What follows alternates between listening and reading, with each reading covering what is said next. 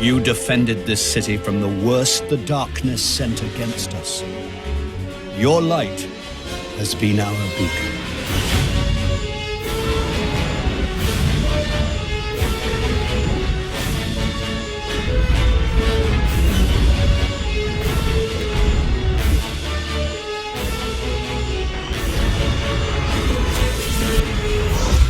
We thank you, Guardian, and we will never forget. Hello, and welcome to the second in a series of 3 live streams about Age of Triumph. This will be the final live event as part of your Destiny 1 adventure. I'm Deej. I will be your host for the next hour, and today we will be talking to 2 of the designers at Bungie that have helped to bring this event to life, to make this celebration happen, and we're going to be talking to them about some of the different weekly rituals that will make a week in the life of your Guardian more rewarding, more action-packed, and maybe even add a little bit more mayhem to that experience, right? Exactly. So today we're going to be talking to Tim Williams. Hi, Twitch. As well as Joe Sifferman. Hello.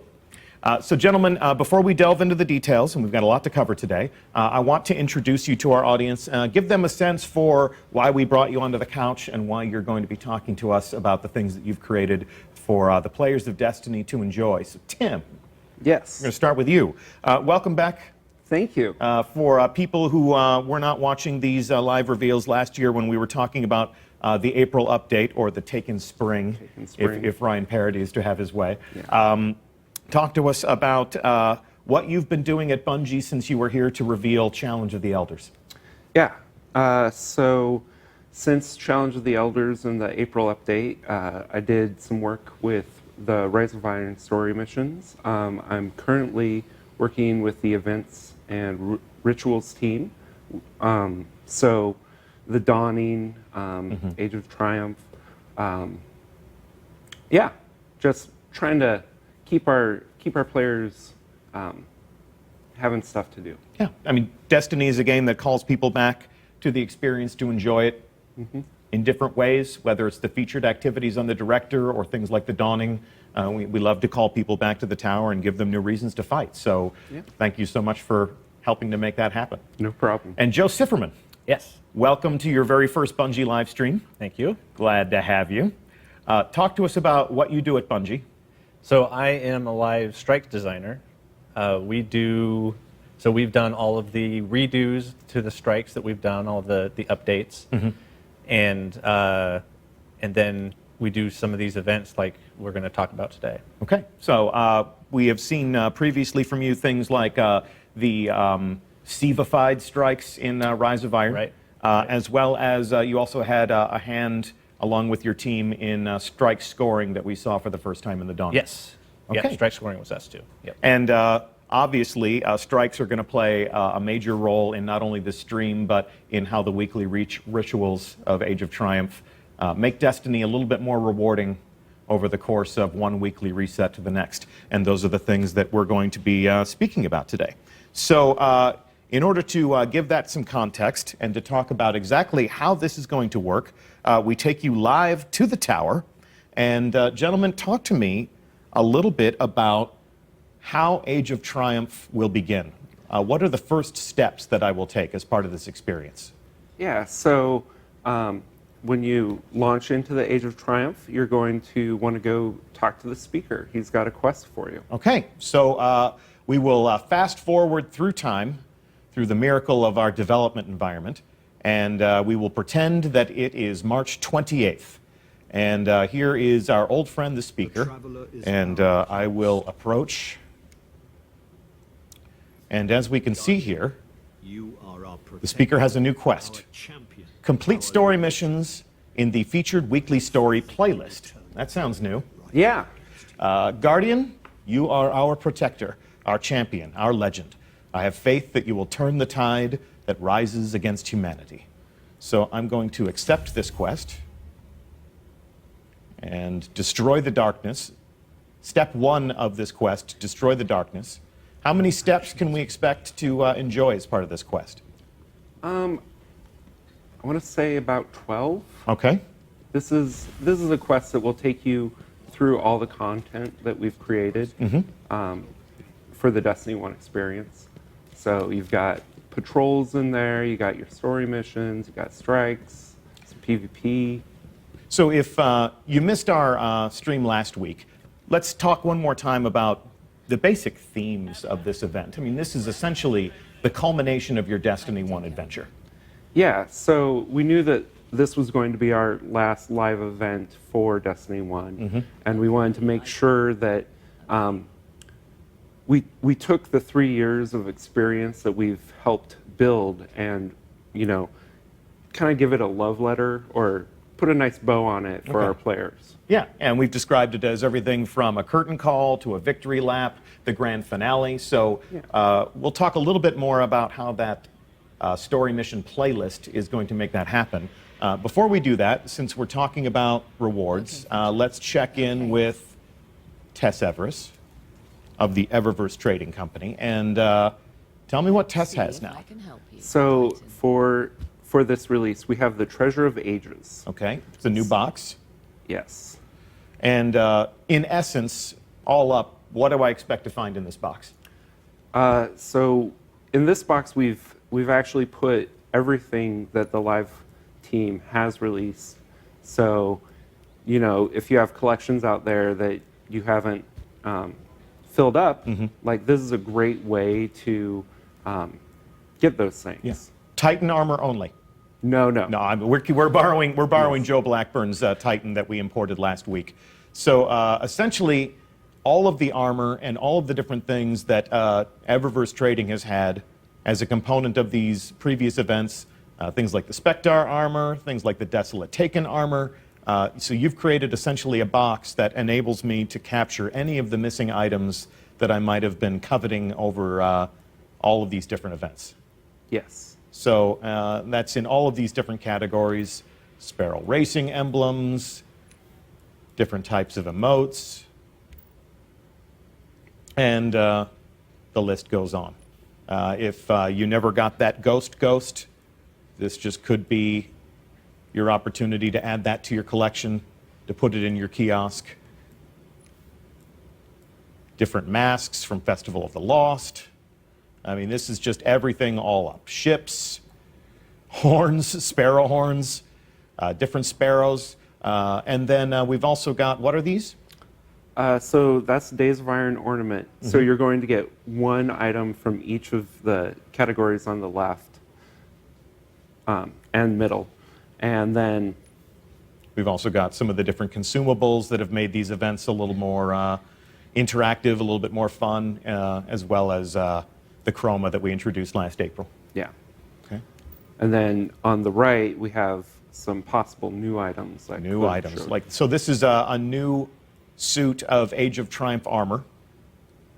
And as much as people want me to show this armor, that's the theme for next week. So we're going to bring in Ian McIntosh and Josh Hamrick to talk about all the different ways you'll be able to decorate your Guardian, as well as how some of these sandbox items are going to change up the way that we fight. New shaders, and of course, new ships. Yeah. Got to travel in style. So what would you say to somebody that says, you know, that's all well and good, but there's very specific things that I want, and these boxes don't always give me exactly what I'm looking for. If I have a very specific ornament that I've been craving, how do I go about getting those things? Yeah, so you know, you use the box, you get some silver dust. Yeah. Break down an item I don't want, and I get silver dust. Exactly. Okay. So we have updated the silver dust kiosk. Have a nice day. Okay. So we'll come over here. Access the Silver Dust store and check that out. First thing to call out, this is a much bigger place now. We have 5 different collections up here. And I have engrams that cover different types of categories of rewards.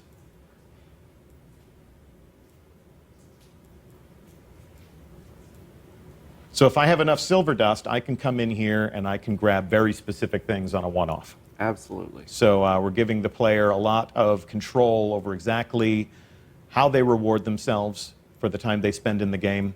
And as we consume those, what is the name of the box again? Treasure of the Ages. Yes. Okay.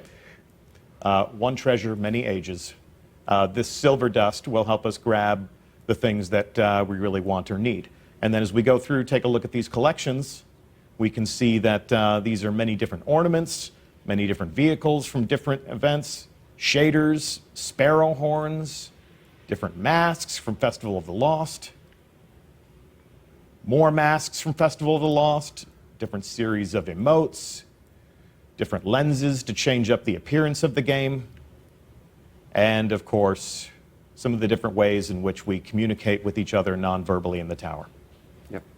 So it should be said that your Destiny possessions, your Destiny 1 possessions, your Destiny 1 Eververse-related items will stay in Destiny 1. Yes. Destiny 1 will be available to you for the foreseeable future.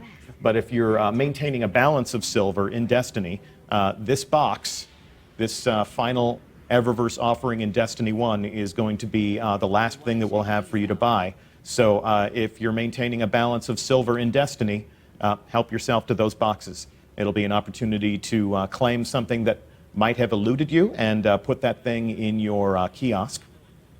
There is a collections page in the Age of Triumph record book. Yeah. And that could be a great way for somebody to get the final things that they need to be complete. Absolutely. Okay. So let's come here and check in with Shax now. Talk to me about how the champion of our Crucible is operating differently in Age of Triumph. So the first thing you'll notice is his available bounties. There are now 2 weekly Okay. bounties, and they are for 6v6 mode game types. Gotcha. Okay.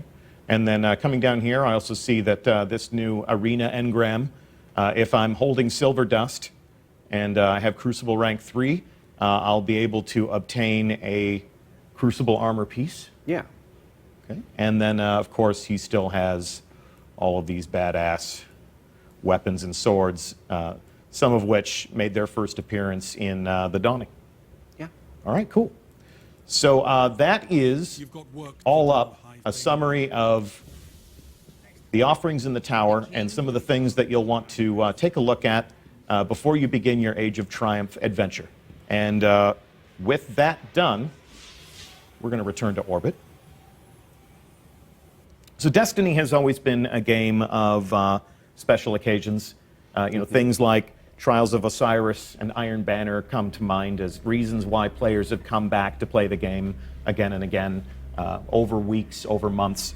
But one of the frequent pieces of feedback that we get with our Crucible programming is that people want different reasons to play PvE content. Give me new reasons to come back and fight the enemies of the darkness. And if we take a look at our director, we've always had these featured activities down in the lower left-hand corner. Yeah, so this is your go-to spot when you log in on any given week. So if you've finished all of your different story missions, if you've gone to these destinations and you've completed your missions, this is essentially an expression of the Destiny endgame. And last week we covered the weekly featured raid activity. Yep. And just to summarize, if you missed it, all of the raids that you will find in Destiny are being brought back up for an appropriate challenge for a Guardian at their maximum potential. So all of the raids will be playable at 390 light. They'll all have new armor ornaments. They'll all have challenge modes. And once a week, you'll have an opportunity to jump into one of these raids and play them at 390 to experience all of the challenge modes at the same time and earn back some of that sweet gear that may have defined your Guardian in the first or second years of Destiny. We have new ornaments for you to earn, and that will be part of the loot table. Yep. But Tim, talk to us about what else you've done to make the week more rewarding. Yeah, so one of the things we wanted to do is make sure that there's endgame for everybody. Sometimes you don't have 5 Guardian friends online. So we did bring up the Challenge of Elders. Okay. It is the one that you're used to at the lower light level, but we've added legendary marks for your first 3 completions.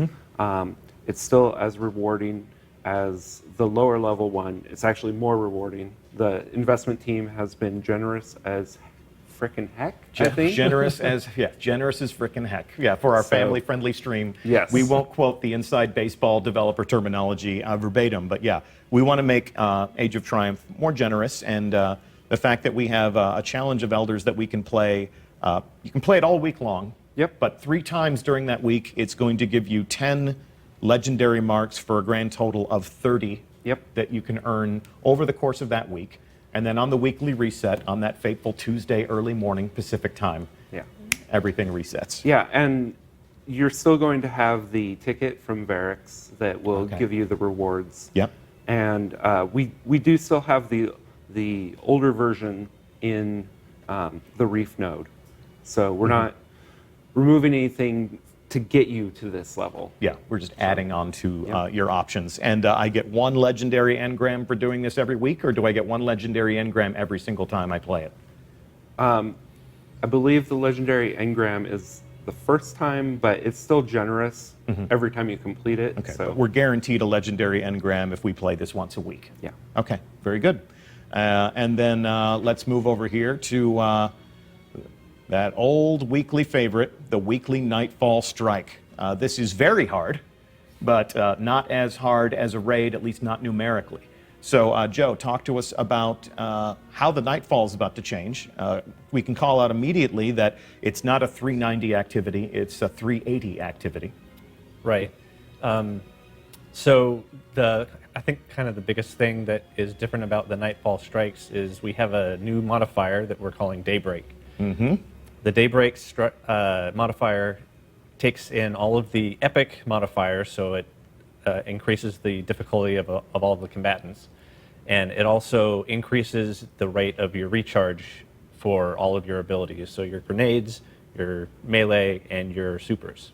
Yeah, the Guardian's expression of power recharges much more quickly. We're essentially borrowing from the PvP, from the Crucible experience, that mayhem experience. Yes. Yep. Okay.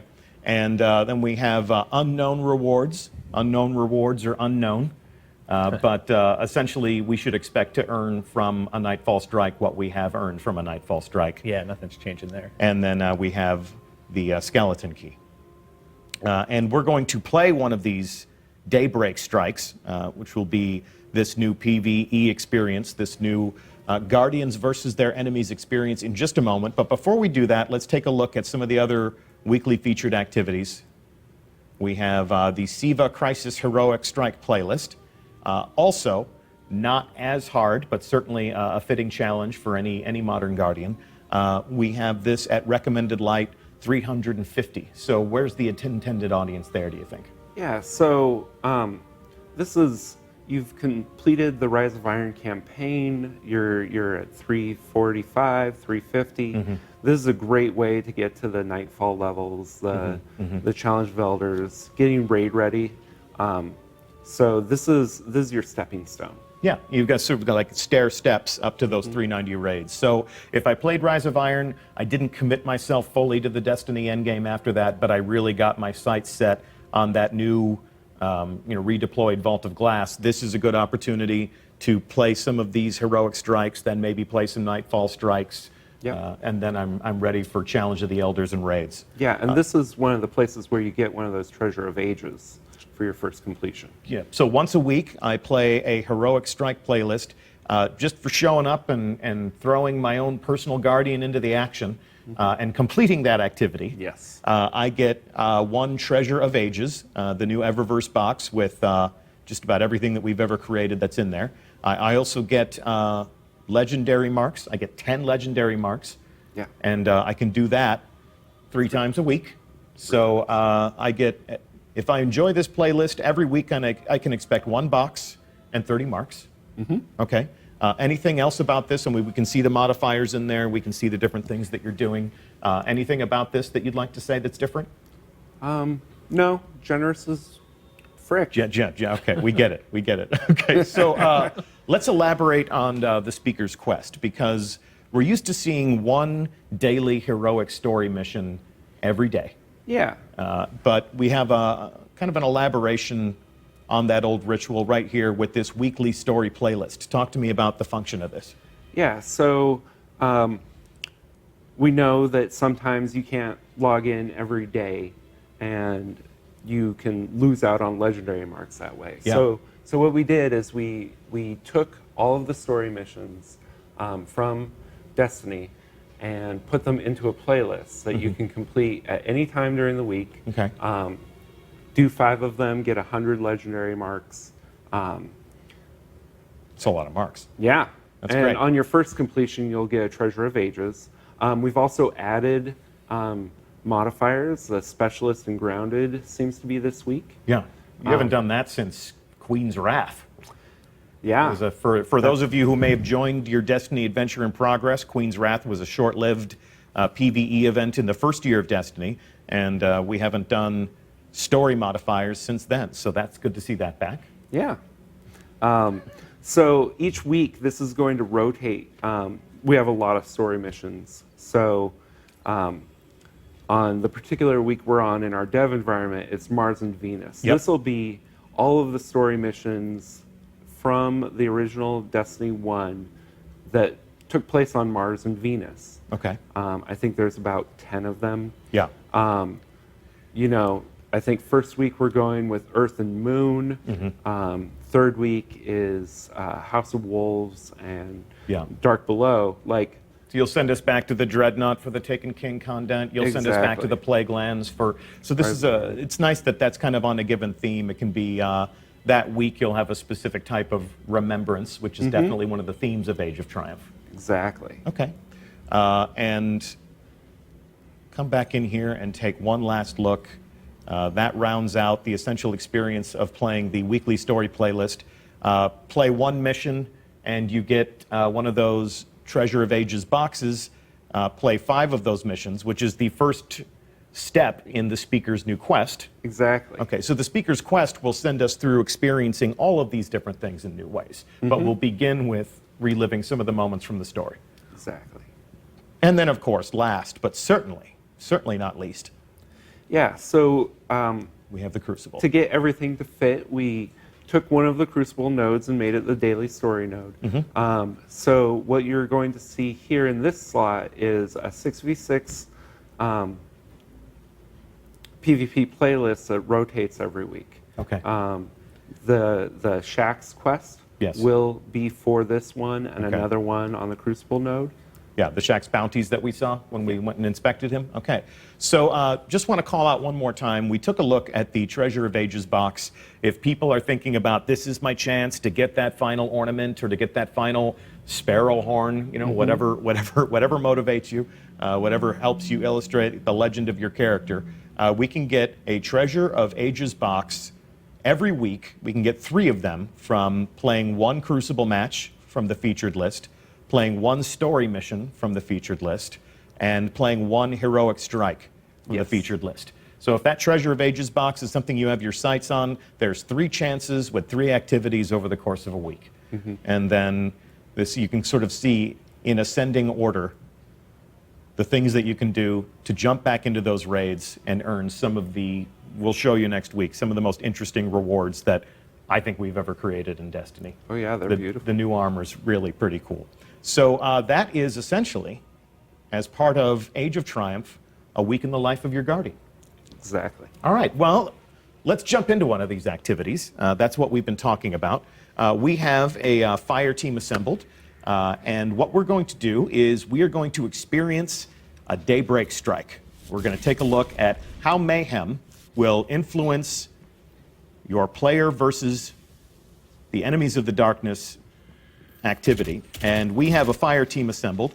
Joe, talk to us about which strike we're going to be playing today. So today we're playing the Sunless Cell.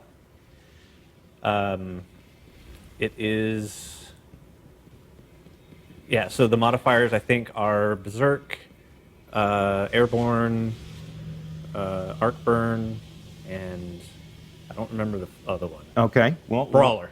Brawler. What is it? Brawler. Brawler. Okay. So our Guardians, they already have their super ready. They were waiting for their chance to be on the show. Just at a glance, I can see in the lower left-hand corner that You still have the new timer there. Yes, yeah. Strike scoring is still going on. And if you're a Guardian who has always wanted to complete a strike within 30 minutes to receive that accolade, having maximum supers, having maximum Guardian abilities could be a great way to quite literally burn through this activity. Yeah, it's definitely gives you a bit of an advantage. So talk to us about the inspiration of this. You've essentially taken the Mayhem super recharge modifier from the Crucible and applied it to strikes. Is this something that you wanted to do for a long time, or did it feel like it fit the themes of Age of Triumph? We really felt it fit the themes of the Age of Triumph, kind of a celebration of the light and the player's power, and the projection of that power into the game. So this is, for many players, likely to be our last hurrah with some of these strikes. Yeah. So why not just turn them into an ultimate badass and let them go in there and hurl their light in every single direction? Yes, exactly. Yeah. Okay.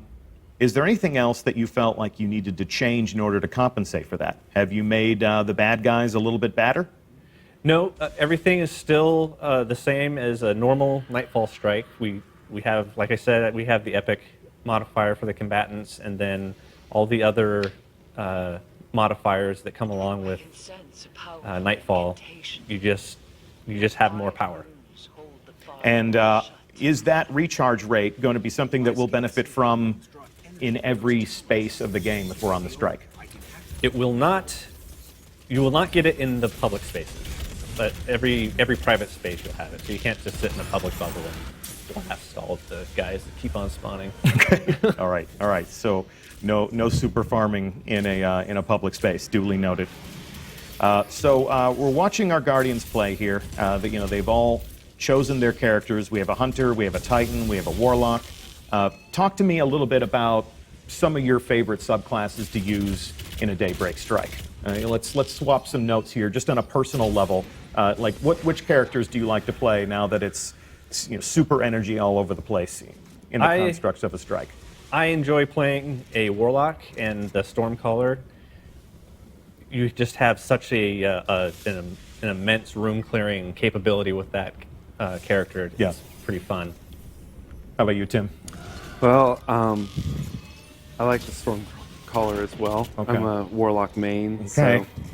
So, the room clear, like just being able to take out a bunch of Thrall in one super feels really good. Gets all those orbs for my friends. Yep. Especially in an encounter like this where we have that arc burn. Check out the airborne tether there. A little bit of acrobatic action here. We don't have very good equal representation on this panel right now because obviously we are all Warlock players. I can tell you that I'm already looking forward to taking off the Void Fang vestments that are a huge part of my Crucible strategy. Throw a grenade, get killed, respawn, repeat. And I'm going to put back on that Light Beyond Nemesis, that beautiful shiny black helmet, which is just going to give me even more super energy. So I'm just going to be a Nova Bomb terror in these Daybreak strikes. But let's also give people a sense of, with these burns, you said that there's an arc burn today. Yes. Are you ever going to do something as crazy as a rainbow burn? There will be some weeks that have a rainbow burn. Okay, yes. Okay. And what are some of the things that these players have done today just to configure their Guardian builds to maximize their potential with an arc burn in play? So, a lot of times you want to pick a subclass that has an arc subclass, Like the Stormcaller. like the Stormcaller. Also, you want to put on your equipment that reduces arc damage to you, of course. So you're not getting pounded so hard by the enemies. So they are making pretty short work of this. They're moving through this pretty well. They're fighting close together, which means they can take advantage of the orbs. We're seeing a lot of tethers, and there's going to be a lot of great. What were you saying before? There's going to be a lot of great synergistic action. Right. Yeah. With the with strike scoring, a lot of good points come from using your supers, and if you use your supers synergistically with each other, for example, tethering and then having somebody that can clear a bunch of guys quickly, like a Stormcaller, kill all the guys that are tethered, that kind of thing can increase your score. And we have an entire page in the Age of Triumph record book that is devoted to strikes. How do you anticipate that the introduction of these daybreak strikes will help somebody complete that page and get everything that that page has to offer? Well, daybreak strikes are how I'm going to complete that page.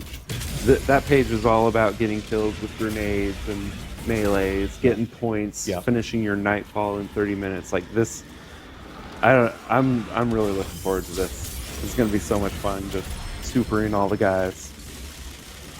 We went to PlayStation Experience, and that's where we revealed the Dawning. So we showed people the return of Sparrow Racing League. We introduced strike scoring, but we never got to sit down on the streaming couch and talk at length about strike scoring. So since that's still a component of this experience, talk to me a little bit about how that work unfolded. What were the conversations on the team about adding a scored factor to the strikes? So a lot of it came out of wanting to give people an incentive to really engage with all of the combat instead of just racing through everything. And the way that we've structured the scoring, the tiers, is if you kill everything in the strike, you'll get gold. And you worked with different members of the team to make that happen. Yeah, the primary person that did that was Robbie Stevens. Okay, well, thank you, Robbie Stevens, for strike scoring. And we're glad that's still going to be a component of Daybreak Strikes. So this is going to definitely change the way that people play. I know you were talking before, Tim, about the fact that when you get your super, you would save it for those moments where you really, really needed it. Yeah, I used to main Sunsinger, Okay. and it was like, well, my job is to stop the wipe from happening, right? And I feel like Daybreak is just like, no, I'm going Stormcaller. I'm gonna retrain my brain to like always be using my super, helping my friends, especially like on a strike like this where there's so many Thrall and Brawlers on. Like, Yeah. let's clear those rooms. Maximum enjoyment, yeah. And now that we're not kicking people to orbit at the end of a nightfall anymore, there's really no reason to not just throw yourself into the action, enjoy it for all it's worth. Although it should be said, this isn't going to be easy. We're not taking the nightfall, and we're not making this easy mode for the nightfall.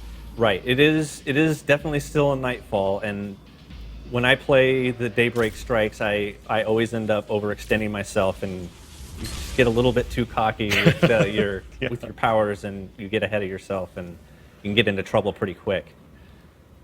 So it's definitely still nightfall. Okay. Well, these guys are progressing deeper into this activity. Let's take a look at there are so many tethers. There are just so many tethers. Hey, Scott, can we spectate some of the other characters just to see how are the different supers operating? There we go. Gentlemen, there's your Stormcaller. Clearing that room. With the number of Thrall that are evident in this encounter, that's definitely a valuable subclass. Yeah, once you get to the boss in this one, that's super valuable. So talk to me about some of the different testing and some of the different process that you used to make sure that adding this mayhem modifier wouldn't ruin the strike. Did you decide that the PvP modifier was the right way to go? Did you try some different approaches to this? Yeah, we messed around with the rate of recharge of everything, and we came back to the same PvP modifier value. The PvP guys did a good job of getting that balanced out, and it worked well for the strikes. So yeah, it's the same modifier. You first. And into the depths you go. Now, it should be said that it's no accident that we chose this specific strike to play. We Yes. thought, what better way to finish this reveal than to feature a boss fight that would just have, there he is, I just love that. super energy ringing out in the darkness. So already they put a huge dent in their boss. They're playing in close quarters, which means orbs for everybody. And this is an opportunity to show how, with every Guardian using their supers with maximum potential, maximum recharge rates, exactly how this impacts the experience at hand. Uh-oh. Oh, he's gonna, he's gonna kick your ass. But here we go. It's hammer time. I love the way the boss gets lit up by supers in this encounter. Yeah, just illuminated as this dangerous silhouette. And there's just so many of them. I mean, obviously, I think if Destiny had always been like this, it wouldn't have been a shooter. It would have just been a space magic game. I think it's nice that up to this point, we have always treated the super like this special moment. Where every once in a while, if your back is up against the wall, you get this ultimate expression of power. But this is a celebration, right? Yeah, we're celebrating the Guardians. Uh-oh. A little bit of space magic confetti, more hammers.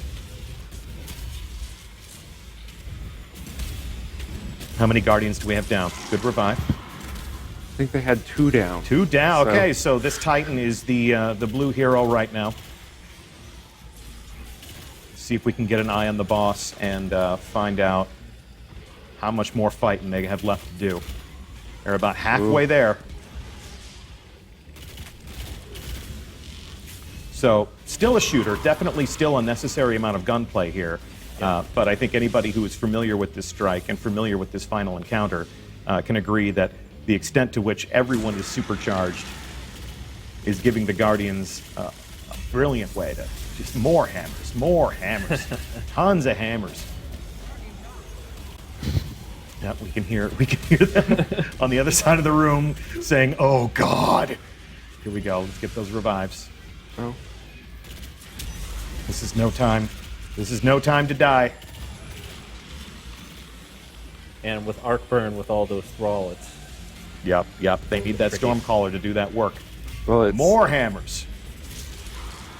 and it's Brawler this week as well, right? yes, Yeah. Almost there. going toe to toe with arc burn on brawl probably not a great strategy though. No. Let's put this boss to bed. You guys are so close. Can the Stormcaller finish the fight? Nope, it's doing some crowd control.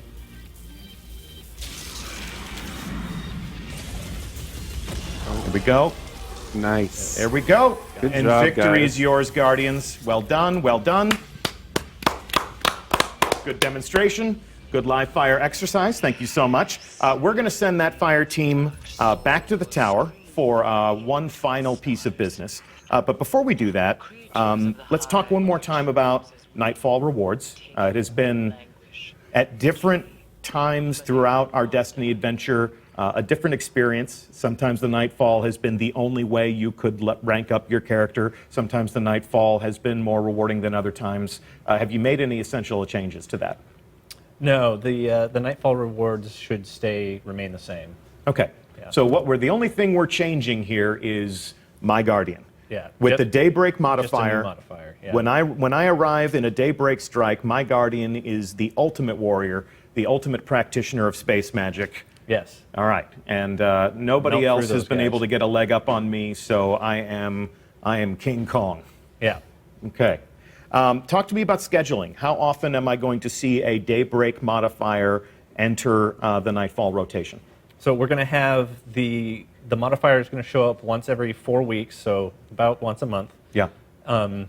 And yeah, we're going to start off with the Daybreak on March 28th. So March 28th, the first Nightfall strike that we see as part of Age of Triumph will have that Daybreak modifier, and then I get it once a month after that. Now, we both said this is going to be our favorite way to play the Nightfall. What if I want more than that? Well, we're going to have a period starting on the week of July 18th, where we're going to have through the month of August 6 weeks of Daybreak strikes. Okay. So it'll be a nice block of supers. Yeah, absolutely. Thank you. So here we are back in the tower, and what's the first thing that we can observe here, Joe? Blue flames are back. The blue flames are back, and the Nightfall buff has returned. So help yourself to a triumphant slow walk. Let these Titans over here just see how badass you are, Guardians. You've got the blue flames, you've got the weekly buff of XP. You know, we've talked throughout the course of this stream about the fact that what we're trying to do is to make every week a little bit more rewarding. Yeah. And what better way than to bring the Nightfall back? Exactly. It gives you that nice thing on Tuesday night. Hey, let's gather up. Let's get our blue flames so that we get that nice XP boost for the rest of the week. Yeah, okay. And then for the rest of the week, we could be enjoying 390 raids. We could be enjoying 390 Challenge of Elders.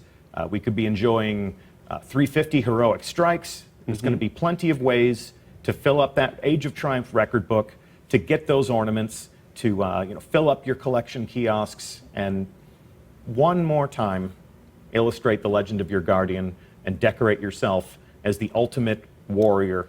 Absolutely. In defense of the city. Yeah. All right. Well, cool.